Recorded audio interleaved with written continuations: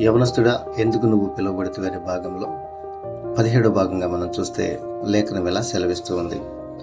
గలతీ పత్రిక 6వ అధ్యాయము 4వ వచనంలో ఇలా రాస్తుంది: ప్రతి వాడును తాను చేయి పనిని పరీక్షించి చూచుకొనవలెను, అప్పుడు ఇతరులను బట్టి కాక తనను బట్టి తనకు అతిశయం కలుగు.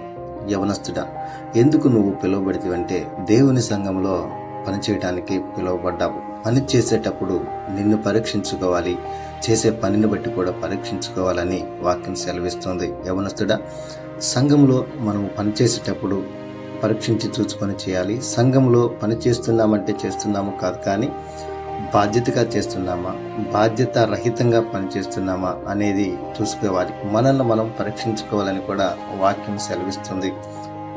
మన ఎదుట సంఘంలో అనేక మంది పనిచేస్తూ ఉంటారు, ఎంతో బాధ్యతగా చేస్తూ ఉంటారు, తన జీవితాలతో సమర్పించుకొని కమిట్మెంట్తో పనిచేసేవారు అనేక మంది ఉంటారు. వారిని చూసినప్పుడు మనకు అతిశయం కలుగుతుంది. అరే, ఈ మనిషి ఎంత బాధ్యతగా పనిచేస్తున్నాడు అని అతిశయపడతాం. కానీ బైబిల్ వాక్యం సెలవిస్తూ ఉంది, వారిని బట్టి నువ్వు అతిశయపడటం కాదు, కానీ నీవు కూడా సంఘములో బాధ్యతగా పనిచేసి నిన్ను బట్టి నువ్వు అతిశయపడాలని ఈ వాక్యం మొత్తం మాట్లాడుతూ. యవనస్తుడా, నీకున్న బలహీనతను బట్టి, నీకున్న అవిధేయతలను బట్టి సంఘంలో పనిచేయటానికి ఆలోచిస్తున్నావా? భయపడుతూ పనిచేస్తున్నావా? సంఘంలో ధైర్యం కలిగి పనిచేయాలని కూడా వాక్యం మరొక లేఖనం సెలవిస్తూ ఉంది. 2వ లేఖనంగా మనం చూస్తే 1 తిమోతి పత్రిక 3వ అధ్యాయము 13వ వచనంలో ఇలా రాస్తుంది: పరిచారకులయ్యుండి ఆ పనిని బాగుగా నెరవేర్చిన వారిని మంచి పదవిని సంపాదించుకొని క్రీస్తు యేసు నందలి విశ్వాసం నందు బహు ధైర్యము కలువారవుదురని. క్రీస్తు యేసు నందలి మనం ధైర్యం తెచ్చుకుందాం. మనం సంఘంలో పనిచేద్దాం.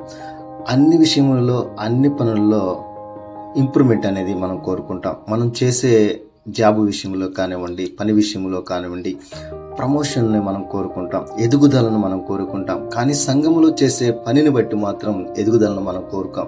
చేసే పని చేయటానికే తలమునకలు అయిపోతూ ఉంటాం. యవనస్తుడా, ఆత్మీయ జీవితంలో ఎదుగుదల కోరుకుంటేనే భౌతిక జీవితంలో దేవుడు నీకు ఎదుగుదలనిస్తాడనే విషయాన్ని ప్రతి ఒక్క యవనస్తుడు గమనించాలి. ఒక ఉద్యోగస్తుడు ప్రమోషన్ కోసం తను కలిగి ఉన్న పనిని ఎంతో బాధ్యతగా చేస్తాడు. ఎందుకో తెలుసా? తనకి ప్రమోషన్ రావాలి కనుక.